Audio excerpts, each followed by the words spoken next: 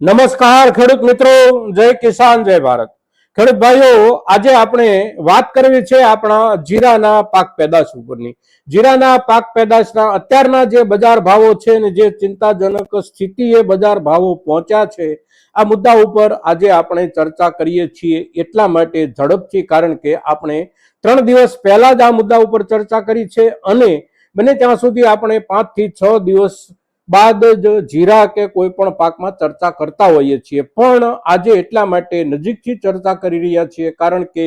આજનો દિવસ એટલે કે શનિવાર, જુલાઈ મહિનાની 26 તારીખ, અઠવાડિયાનો છેલ્લો દિવસ અને આજના દિવસે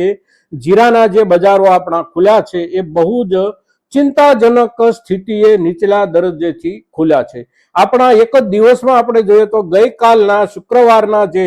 બપોર પછીના બજાર ભાવ હતા એમાં અને આજના ખુલતા બજાર ભાવમાં સારી ક્વોલિટીમાં પણ લગભગ 75 રૂપિયા કે 80 રૂપિયા આસપાસનો બજારમાં ઘટાડો જોવા મળી રહ્યો છે। પાછળના જે કાંઈ ક્રમ હોય આપણા એમાં પણ ઘટાડાની સ્થિતિ બધા જ ક્રમોમાં ગઈકાલના દિવસની સરખામણીમાં એકંદર ખૂબ નીચી આપણે કહી શકીએ। હવે આ જે અઠવાડિયું આપણું ગયું એ અઠવાડિયાનો સૌથી ખરાબ દિવસ એટલે આજનો શનિવારનો દિવસ આપણા જીરાના ભાવને લઈને આપણને જોવા મળી રહ્યો છે। હવે આ જે પરિસ્થિતિ છે આપણી, એ પરિસ્થિતિ આપણા માટે આગામી સમયમાં ભાવો વધવાની શક્યતાઓ અને વધવાની શક્યતાઓની અપેક્ષા કરતા પણ વધારે ચિંતાજનક સ્થિતિ હવે એ આવી ગઈ છે કે જે તળિયાના લેવલે આપણા ભાવ હતા એનાથી પણ ભાવ જો નીચે આવતા રહે અને હજી પણ ભાવો ઘટતા રહે તો આપણા જીરાની પેદાશની પરિસ્થિતિ કેવી થાય અને આપણે જે કારણોસર જે હિસાબથી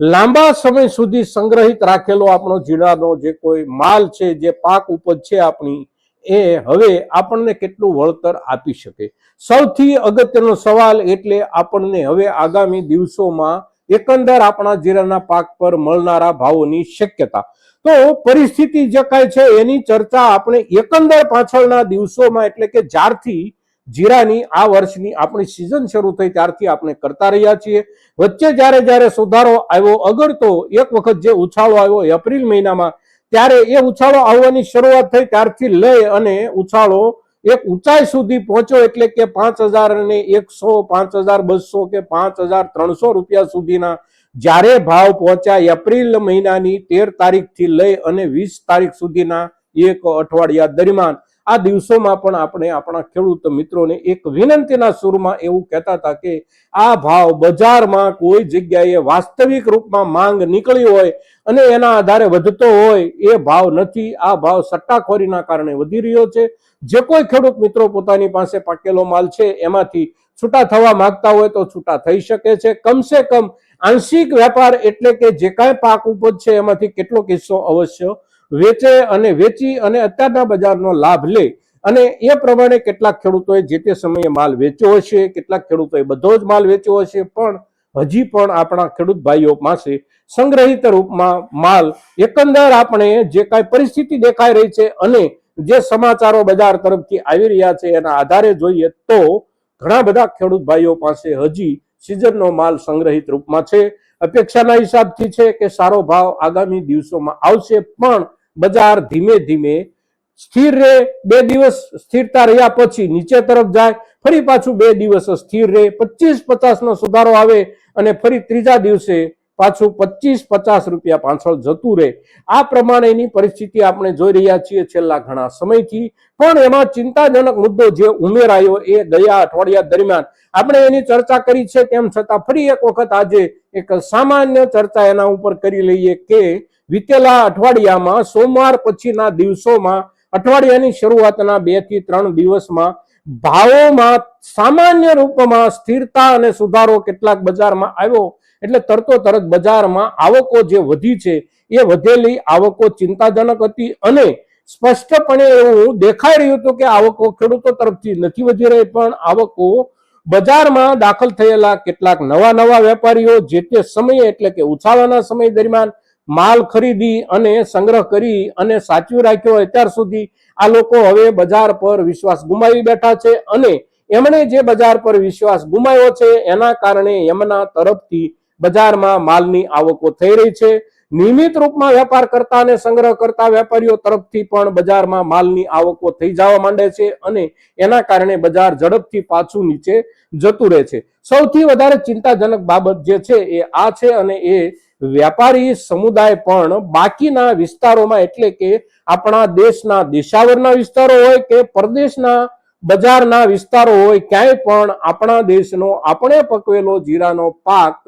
સારા ભાવથી વેચી શકે, એ પોતે નફો કરી શકે અને આપણને સારું વળતર આપી શકે. આવી પરિસ્થિતિ આપણા દેશનો વેપારી સમુદાય આ વર્ષમાં ઊભી નથી કરી શકતો. પરિણામે આપણી જ પાસેથી ખરીદાયેલો માલ આપણા એના એ જ બજારમાં હવે અત્યારે વેચાવા માટે આવી રહ્યો છે અને જે માલ અત્યારે વેચાવા માટે આવી રહ્યો છે એની સાથે જોડાયેલું કારણ એટલે આગામી સમયમાં હવે ભાવમાં વધારો જ નહીં આવે એવો જે એક ગભરાટ ભર્યો અવિશ્વાસ વ્યાપારી સમુદાયમાં ઉભો થયો છે. આ આપણા માટે સૌથી મોટી ચિંતાજનક બાબત છે. બજારનો આધાર એટલે માત્ર ખેડૂત નહીં, બજારનો આધાર એટલે વેપારી, ખેડૂત અને કોઈ પણ પાક પેદાશ ઉપર પ્રક્રિયા કરી અને માલ વેચનારો જે વર્ગ છે, ઔદ્યોગિક સમુદાય, આ બધા લોકો બજારનો આધાર હોય છે અને એમાંથી કોઈ પણ એક વર્ગ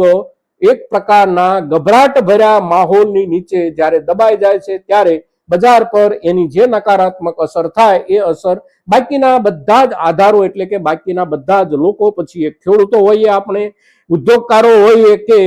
સંગ્રહ કરી અને વેચનારા, લાંબા સમયે વેચનારા વેપારીઓ હોય કે વિદેશ વેપાર કરતા વેપારીઓ હોય, કોઈ પણ વર્ગમાં આ પ્રકારનો ગભરાટ લગભગ બહુ ઓછો ઉભો થતો હોય છે. પણ આ વર્ષે અત્યારના દિવસોમાં હવે જીરાના પાકમાં આ પ્રમાણેની જ્યારે પરિસ્થિતિ ઊભી થઈ છે ત્યારે અત્યારના એટલે કે નજીકના દિવસોમાં 5 દિવસ, 15 દિવસ કે 3 અઠવાડિયા, 4 અઠવાડિયા સુધી આપણે નજર નાખીએ આગળના દિવસોમાં તો પણ આપણને બજાર પાસેથી સુધારાની બહુ મોટી લાંબી અપેક્ષા એટલે કે નોંધપાત્ર સુધારાની અપેક્ષા આપણને ઊભી થાય એવો માહોલ નથી દેખાઈ રહ્યો. જે ગભરાટ શરૂ થયો છે બજારમાં, એ ગભરાટ પણ એક વખત દૂર થઈ જાય બજારમાંથી તો પણ બજાર સ્થિર બને અને જે લોકોએ પાછળના દિવસોમાં માલ ખરીદ્યો છે અને સંગ્રહિત છે એ લોકો હજી 1-2 મહિના કે નવી સિઝન આવે ત્યાં સુધી માલ પર ગભરાટ ભરી નજર નાખવાને બદલે એના ઉપર એક અપેક્ષા ભરી નજર બનાવી રાખે અને પોતાનો માલ લાંબા સમય સુધી સંગ્રહ કરવાનો નિર્ણય કરી રાખે. સાથે સાથે સમૃદ્ધ અને સદ્ધર ખેડૂતો જે કોઈ અત્યારે માલ સંગ્રહી અને બજારની સારા બજારની અપેક્ષા એ છે એ ખેડૂતો પણ હજી લાંબા સમય સુધી માલ સંગ્રહ રાખવાનું વિચારે અને બજાર તરફ માલની આવકો ધીમે ધીમે ઘટતી જાય, થોડી વધારે પ્રમાણમાં ઘટતી જાય તો બજારમાં સુધારાની નજીકના દિવસોમાં સંભાવના બની શકે છે. મિત્રો, અન્યથા આ વર્ષમાં જીરું આપણને ભાવ વધીને પણ છેતરી ગયું છે અને હવે અત્યારે ભાવ જ્યારે ઘટી રહ્યા છે ત્યારે ઘટીને પણ આપણને છેતરી રહ્યું હોય એવું અત્યારના દિવસોમાં જ્યારે લાગી રહ્યું છે ત્યારે બજારનો